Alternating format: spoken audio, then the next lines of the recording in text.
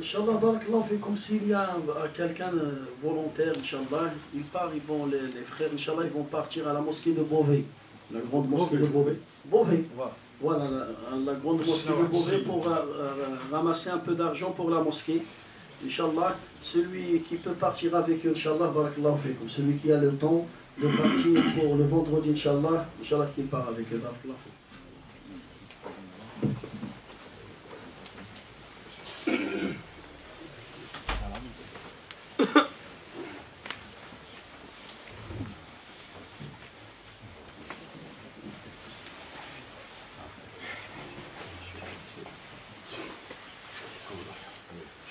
أعوذ بالله من الشيطان الرجيم بسم الله الرحمن الرحيم صلى الله وسلم وبارك على حبيبنا محمد وعلى آله وأصحابه أجمعين أما بعد فإن أصدق الكلام كلام الله عز وجل وخير الهدي هدي رسول الله صلى الله عليه وسلم وإن شر الأمور محدثاتها وكل محدثة بدعة وكل بدعة ضلالة وكل ضلالة في النار فيا رب أجرنا من النار بعفوك وأدخلنا الجنة برحمتك يا عزيز يا غفور.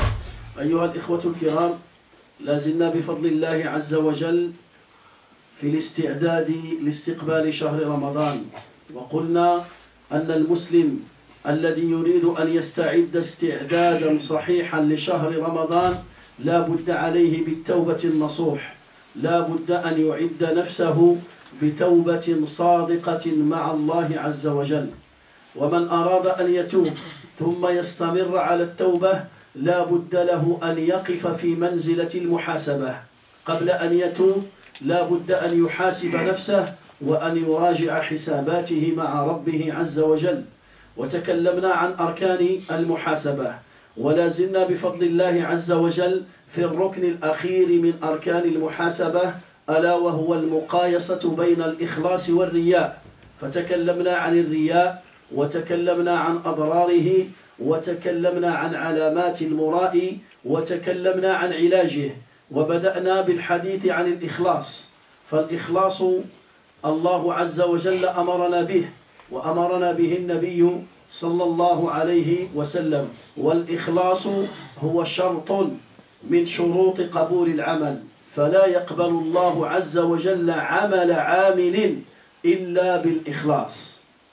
إذا كان عملك خالصا لوجه الله عز وجل وكان على سنة رسول الله صلى الله عليه وسلم فالله يقبل عملك. فلذلك اليوم بإذن الله سنواصل حديثنا في الإخلاص، بل سنتكلم عن ثمرات الإخلاص. ماذا يربح المسلم المخلص؟ ماذا سينال من الأجر والثواب في الدنيا والآخرة؟ أول ثمرة يربحها المسلم هي قبول العمل، أن الله يقبل عمله. الله تعالى يقبل صلاتك، يقبل صيامك، يقبل صدقتك، يقبل كل أمر تفعله إذا فعلته لله عز وجل. يقول الله عز وجل في سورة الملك: تبارك الذي بيده الملك وهو على كل شيء قدير الذي خلق الموت والحياة ليبلوكم أيكم أحسن عملا. قال القاضي عياض رحمه الله: أحسن العمل هو أخلصه وأصوبه، أن يكون العمل خالصا لوجه الله وأن يكون صوابا، أي على سنة رسول الله صلى الله عليه وسلم. فالله خلقنا واستخلفنا في هذه الأرض من أجل أن نعبده، وأمرنا أن نخلص العبادة له، وما أمروا إلا ليعبدوا الله مخلصين له الدين. فلذلك أيها المؤمن كن مخلصا في قولك، وكن مخلصا في عملك، وكن مخلصا في نيتك. فإذا كنت مخلصا في قولك وعملك ونيتك فالله تعالى يقبل منك العمل. الله تعالى يقول: إنما يتقبل الله من المتقين. والتقي هو الذي يخلص عمله لله ويتبع فيه سنة رسول الله صلى الله عليه وسلم. Mes chers frères, Inch'Allah Azza wa Jal, On a commencé de parler sur un sujet très important, comment le musulman se prépare pour accueillir le mois du Ramadan. Et on a dit le meilleur acte qu'on doit faire pour accueillir ce mois béni, c'est de faire un repentir sincère. Un repentir sincère envers Allah Azza wa Jal. Et pour faire ce repentir sincère, il faut d'abord s'arrêter et faire un jugement de tout ce qu'on a fait dans notre vie. Chaque musulman, il s'arrête, il commence à juger sa propre personne. Il commence à juger ses paroles. Il commence à juger ses actes. Il commence à juger son intention. Et il fait un jugement correct. Et on a donné les étapes à suivre pour faire ce jugement. Et on s'est arrêté dans le dernier pilier pour faire un jugement correct. C'est de faire une comparaison entre le monothéisme, al-ikhlas, et entre l'ostentation. On a parlé sur l'ostentation, on a parlé sur le danger de cette maladie, on a donné les signes des ostentateurs, on a donné la différence entre l'ostentateur et l'hypocrite, et on a parlé aussi sur les solutions pour sortir cette maladie de nos cœurs. Et aujourd'hui, Inch'Allah Azza wa Jal, on va parler sur al-ikhlas, le monothéisme, la sincérité. Il faut savoir, mes chers frères, que l'ikhlas, c'est une condition fatale, c'est une condition principale. C'est une condition principale pour qu'Allah accepte tout ce que tu as fait comme acte d'adoration. Si le musulman il fait des montagnes de hasanat, sans sincérité, sans ikhlas, Allah Ta'ala il va refuser, il va rejeter tout ce qu'il a fait. Et on a déjà parlé sur ça. Là, l'ikhlas, c'est quelque chose qui est très important. Alors, qu'est-ce qu'il va gagner le musulman qui travaille par sincérité vis-à-vis d'Allah Azza wa Jal? Quelqu'un qui fait des actes sincères à Allah, qu'est-ce qu'il va gagner? La première chose qu'il va gagner, c'est que ses actes ils seront acceptés par Allah. Ça, c'est le meilleur fruit, la meilleure récompense que tu vas gagner. Ça veut dire l'effort que tu as fait pour pratiquer un acte d'adoration, il ne va pas partir comme ça. Non, au contraire. Ton acte, il sera accepté auprès d'Allah Azza wa Jal et tu vas le trouver le jour du jugement dernier. Il restera marqué dans ton cahier, dans ton livre. Car ce sentiment, cet acte qui se passe dans le cœur, parce que l'ikhlas, c'est un acte parmi les actes du cœur. L'ikhlas, c'est pas quelque chose, c'est pas des paroles, c'est pas des actes. Non, c'est un sentiment qui se passe dans le cœur. C'est pour cela le prophète sallallahu alayhi wa sallam, il nous a dit dans un hadith, les actes ne valent que par leur intention. Innamal a'malu bin-niyyah wa innamal a'malu bin-niyyat. Alors, qu'est-ce que ça veut dire niyya? Qu'est-ce que ça veut dire l'intention? Niyya, il est divisé en deux catégories. Hunalika qismani min aqsam an-niyyah. La première chose, niyya, ça veut dire al-ikhlas, ça veut dire faire l'acte pour Dieu. Deuxième chose, niyya, c'est le sentiment qui te fait la différence entre l'acte d'adoration et entre les habitudes et entre les traditions. Par exemple, quelqu'un, il va prendre sa douche, il va se doucher, il rentre, il va mouiller tout son corps et il sort. Qu'est-ce qu'il a fait celui-là? C'est juste la douche. Il s'est lavé, il a nettoyé son corps. Un autre, il va faire pareil, il va mouiller tout son corps, mais il fait l'intention de faire les grandes ablutions. Qui a fait la différence entre les deux actes? C'est Niyya seulement. Ils ont fait la même chose. Celui-là, il a mouillé son corps, et celui-là, il a mouillé son corps. Qui a fait la différence entre celui-là et celui-là? C'est Niyya. Quelqu'un, il rentre à la mosquée, et il fait 2 raka'at de tahiyyat al-masjid. Et là, quand tu rentres après l'adhan de Subh, tu fais Niyya de faire quoi? De faire 2 raka'at de l'Fajr. Qui t'a fait la différence entre tahiyyat al-masjid et l'Fajr? C'est Niyya. Alors le rôle de Niyya, c'est comme ça. Le rôle de Niyya, c'est que Niyya, il va te distinguer entre les actes. C'est elle qui va te distinguer entre le jeûne obligatoire et le jeûne c'est rogatoire. Entre la prière obligatoire et la prière, c'est rogatoire. Entre l'habitude et l'acte d'adoration. Et aussi, niya, ça veut dire l'ikhlas, la sincérité. Ça veut dire tu fais l'acte pour Allah Azza wa Jal. Falidalik, le grand fruit que le musulman gagne, fi dunya wal akhirah, c'est que l'effort que tu as fait pour appliquer un acte d'adoration, il ne va pas partir comme ça. Tu vas trouver l'acte marqué dans ton livre le jour du jugement dernier. Car on a parlé sur l'ostentation, tu fais des montagnes de hasanat et tu ne vas rien trouver auprès d'Allah Azza wa Jal. Et celui qui fait un petit acte d'adoration, fi dunya, par sincérité, il va le trouver auprès d'Allah comme des montagnes. فلذلك عندنا أحاديث الله تعالى غفر ذنوب كثير من المخطئين والمذنبين بسبب الإخلاص. Là on a dit le premier fruit. Le deuxième fruit qu'on va gagner, la deuxième récompense qu'on va gagner si on est sincère avec Allah Azza wa Jal, c'est que il faut savoir que le musulman sincère avec Allah Azza wa Jal, Allah Ta'ala yasrifu anhu as-su'a wal fahsha. Allah Ta'ala, il va te préserver des grands péchés, il va te préserver des tentations. Si tu es sincère avec Allah, Allah il va te préserver des grandes tentations et des grands péchés. Allah Ta'ala, il nous a raconté l'histoire de Yusuf alayhi salam.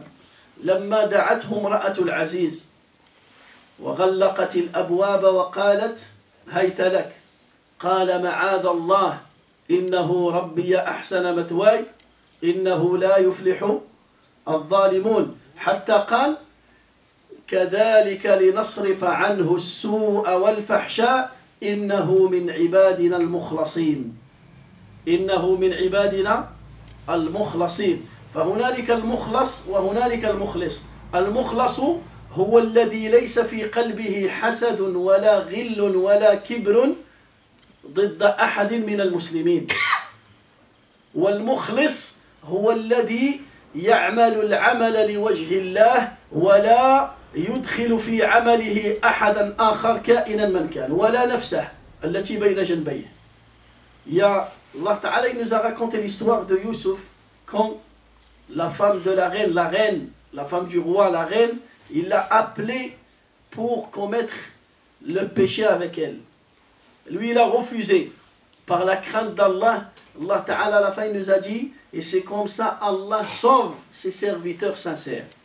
Et c'est comme ça Allah préserve ses serviteurs sincères des grands péchés et des tentations. Si tu es sincère avec Allah, Allah il va te préserver des tentations. Allah yahfaduka min al-fitna. إذا كنت مخلصا الله يبعد عنك الفتنة. يبعد عنك فتنة الشهوات وفتنة الشبهات. Il y a deux catégories de tentations.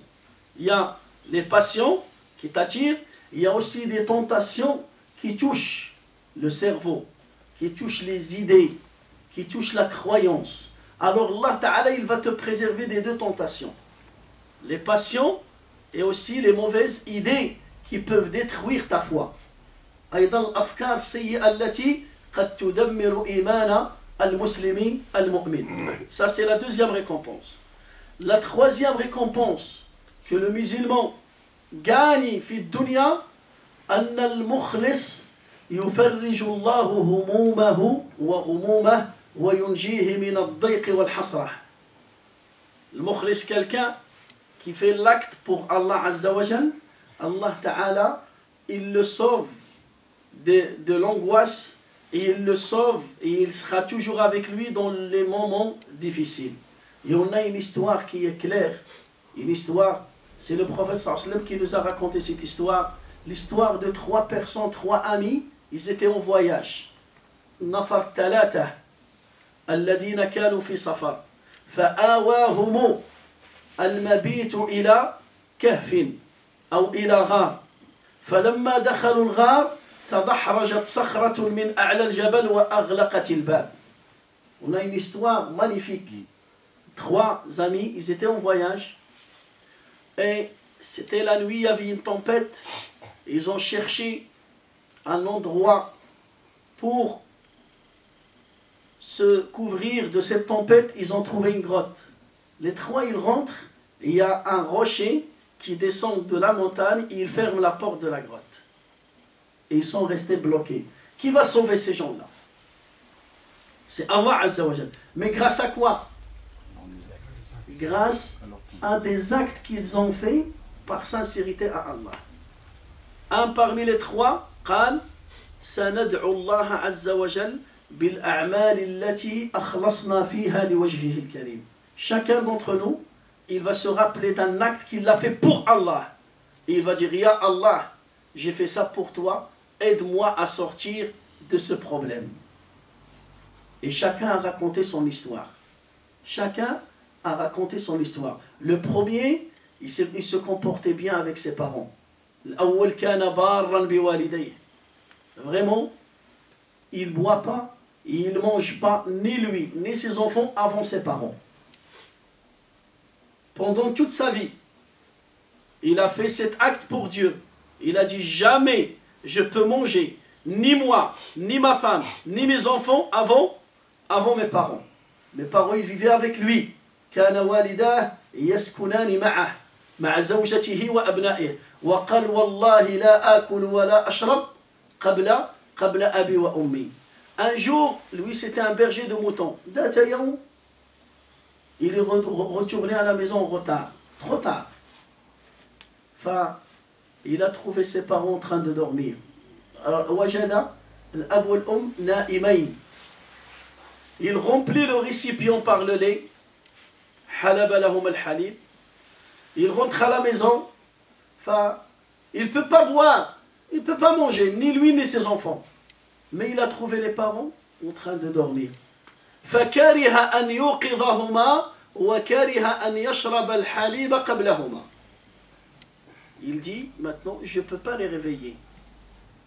Il ne peut pas les réveiller. Il dit maintenant il se repose. Je ne peux pas casser leur sommeil. Et en même temps il dit je ne peux pas boire, je ne peux pas manger avant mes parents. Et ses enfants ils étaient présents. Et ses enfants ils avaient faim. L'abna yabkoun. Ils ont même pleuré. Oh mon père, donne-nous. Est-ce qu'il, par exemple, si par exemple il a donné le lait à ses enfants, est-ce qu'il a commis un péché? Non.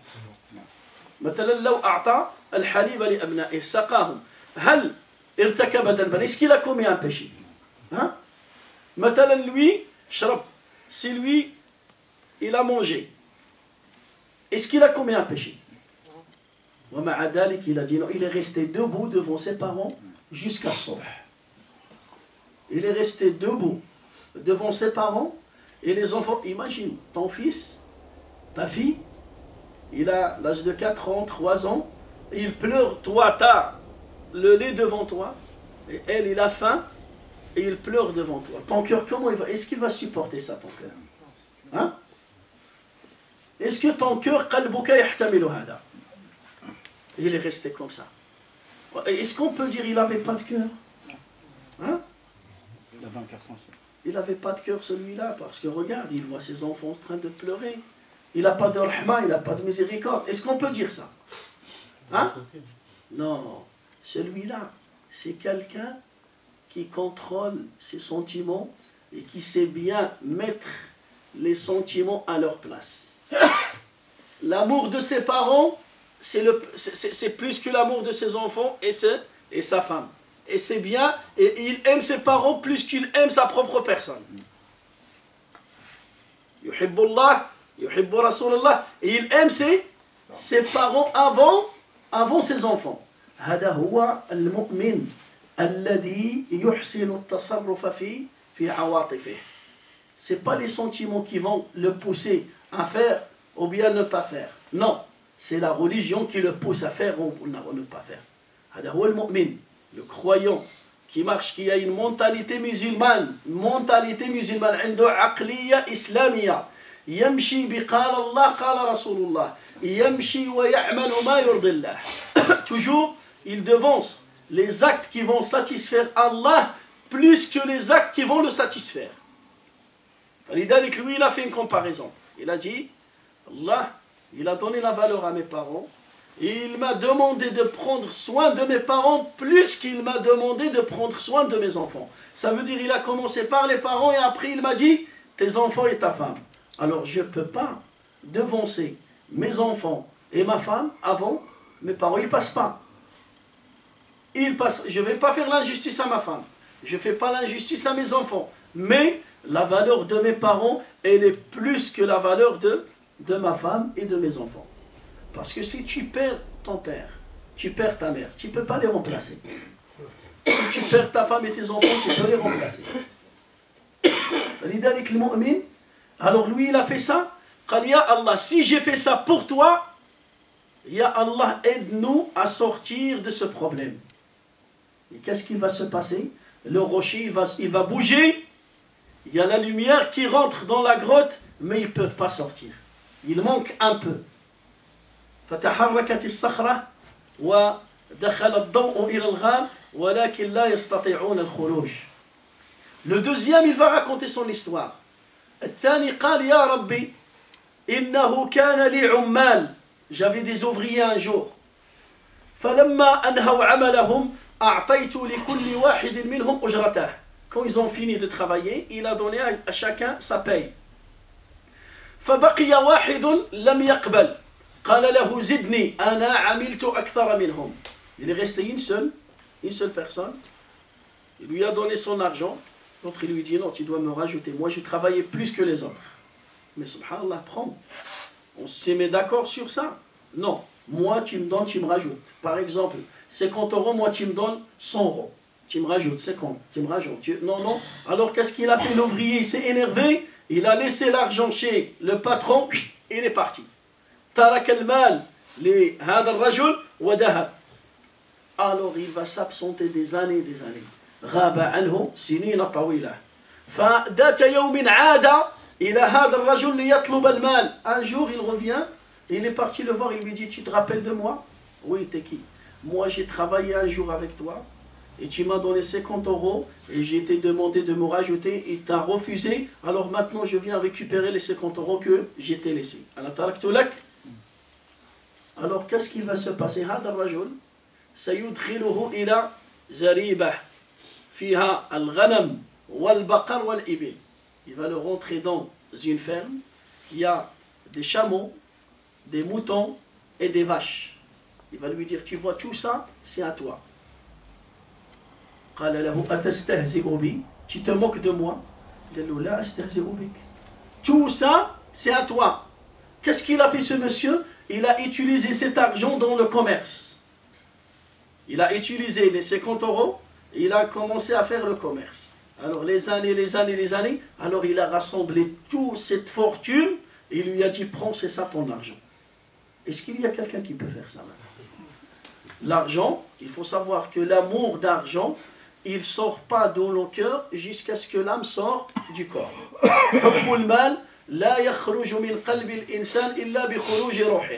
Quand l'âme il sort, l'amour de l'argent il va sortir avec. Dès que l'être humain il est vivant, l'amour de l'argent toujours il est dans son cœur. Alors imaginez, c'est un être humain celui-là, c'est pas un prophète, Rajul.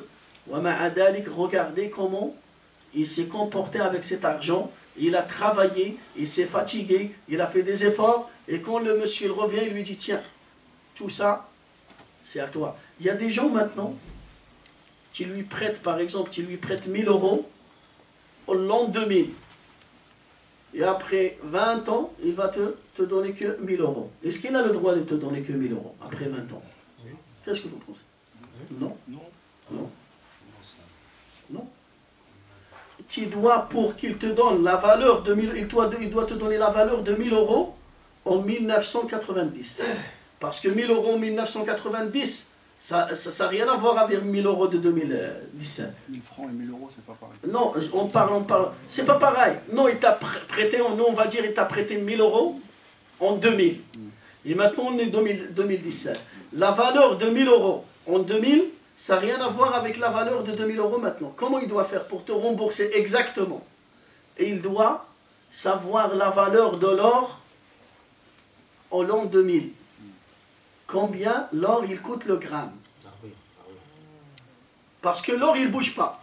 Il monte. Alors, si par exemple l'or au l'an 2000, il coûte 20 euros le gramme. Et maintenant, il coûte 31 euros, 32 euros. Il doit te donner la valeur de 31 euros. Maintenant, il te paye par la valeur de l'or. C'est pas de riba ça. C'est pas de riba. Non. Là, quand il te donne ça, vraiment, il t'a remboursé les 1000 euros que tu lui as prêté en l'an en 2000. Il a attaqué. مبلغا من المال لأن il y a les années qui passent. 1000 euros en 1990, il peut t'acheter un terrain au bled. C'est vrai ou pas? Maintenant, il ne peut pas t'acheter un terrain. À peine il t'achète une bicyclette, un vélo. Alors, c'est pas pareil. Falidalik, regardez ce monsieur, qu'est-ce qu'il a fait? Il a utilisé cet argent pour... Voilà. Il les a utilisés dans le commerce. La chose qui est étonnante dans cette histoire, c'est que l'ouvrier, quand il a pris les moutons, il a laissé rien. Il n'a même pas laissé une vache. Barakallahu fik, jazakallahu khairan. Tiens ça, tu peux le garder. ساقها كلها ولم يترك شيئا. Il a rien laissé. شطبها. ومع ذلك, le monsieur il dit, Ya Allah, si j'ai fait ça pour toi, Ya Allah, aide-nous à sortir de ce problème. فتحركت الصخرة ولكن لا يستطيعون الخروج. Le rocher a bougé, mais ils ne peuvent pas sortir. Alors il reste le dernier. Le troisième, on va raconter son histoire ou bien demain, on laisse ça demain.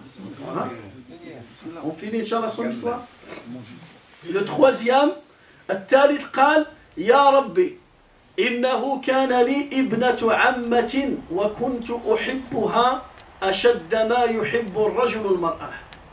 Ya Allah, j'avais une cousine et j'étais amoureux d'elle.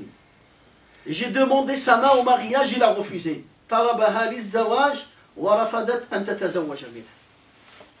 فذات يوم كانت في حاجة إلى المال فذهبت إلى ابن عمها ليقرضها المال. Un jour, cette femme, il avait besoin d'un peu d'argent. Il était en difficulté.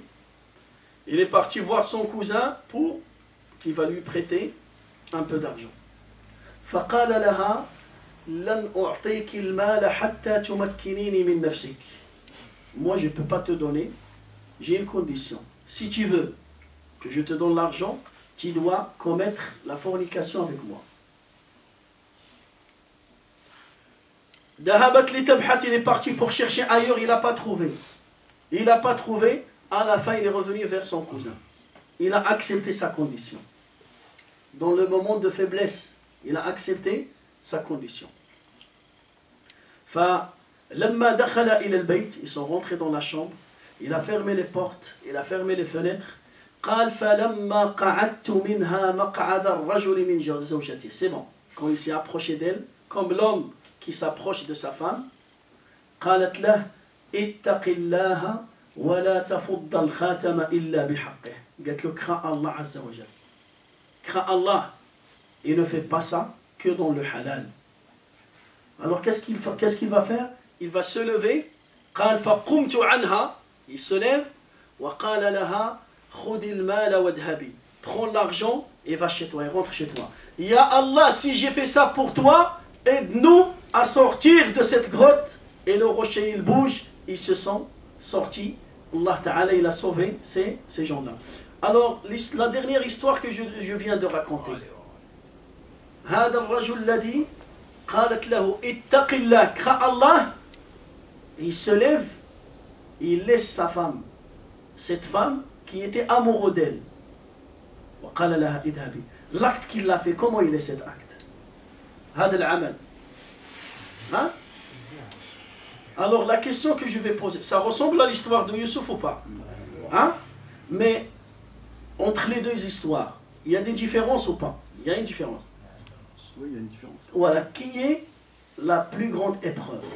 Est-ce que c'est l'histoire de Youssouf ou l'histoire de ce monsieur-là? L'histoire de Youssef. Parce que le dernier aussi, regardez, je vais vous donner les arguments. Le dernier, c'est lui qui était amoureux d'elle. C'est lui le demandeur. C'est lui qui a demandé. Hein? C'est ça. Il était célibataire, il n'était pas marié. Il était dans une maison, tout seul, lui et cette femme. Il lui a donné l'argent. Et la fille, il était en période de faiblesse. Est-ce qu'il va refuser? C'est bon, dès qu'il a accepté, il a accepté. Youssouf, c'est pas lui qui a demandé, c'est la femme qui a demandé. Deuxième chose, Youssouf, il était esclave. Il n'avait pas sa liberté, il était esclave. Troisième chose, Youssouf, il n'était pas dans son pays. Youssouf, c'était un immigré. Il était en Égypte et lui, ses origines, c'est de Palestine. Il était à l'étranger. Quatrième chose, Youssouf aussi, il était célibataire. Cinquième chose, Youssouf, il était menacé. Soit tu fais ça, soit tu vas en prison. Alors, la plus grande épreuve, c'est quoi? C'est l'épreuve de Youssouf, alayhi salam. Celui-là, oui, la crainte d'Allah, il l'a sauvé, mais aussi, s'il a commis la fornication avec elle, cette fille, il peut le dévoiler devant sa famille. Est-ce qu'il peut le dévoiler ou pas? تستطيع أن تفضحه. Hein? كاين عاوتاني un peu la peur de ça, الخوف من الفضيحة. Aussi, cette fille, il peut crier, il peut le pousser parce qu'elle, il refuse. Mais avec Youssouf, non, au contraire. C'est la femme qui a demandé. Et c'est la reine. Et la reine, il va faire le maximum pour cacher ce péché. C'est elle qui va faire tout ce qu'il peut pour cacher cet acte, pour cacher ce péché. فلذلك ابتلاء يوسف أكبر من ابتلاء هذا. ولكن entre les trois, qui est l'épreuve la plus grande? بين الثلاثة. Entre celui qui se comporte bien avec ses parents, et entre celui qui a donné l'argent à son ouvrier, et entre celui-là. Qui est le... الفتنة الواعرة والشهية. فتنة النساء. La plus grande fitna. Pourquoi? Parce qu'il y a des êtres humains, il peut donner son argent, tout son argent pour une femme. C'est vrai ou pas? Il peut sacrifier ses enfants pour une femme. Il peut sacrifier sa religion pour فلذلك الله تعالى يقول زين للناس حب الشهوات من.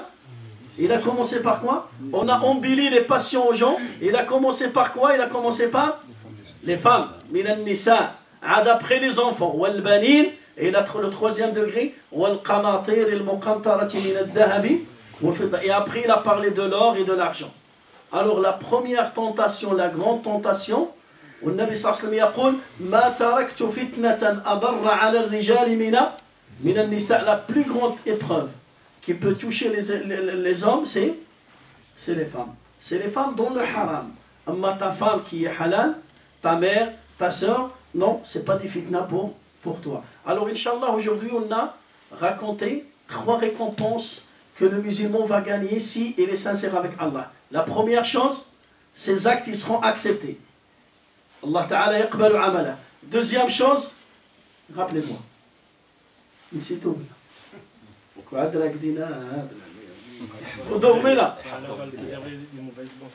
Allah Ta'ala, il va le préserver des tentations et des grands péchés. Allah Ta'ala yasrifu anhu as-su'a wal-fahsha. Et la troisième, Allah Ta'ala, il va le sauver au moment de difficulté. Quand il est en difficulté, Allah Ta'ala yunjika bisababi al-ikhlas. Et demain, Inch'Allah Azza wa Jalla, on va parler d'autres récompenses que le musulman gagne s'il est sincère avec Allah. فاللهم علمنا ما ينفعنا وانفعنا بما علمتنا وزدنا علما وصلى الله وسلم وبارك على حبيبنا محمد والحمد لله رب العالمين.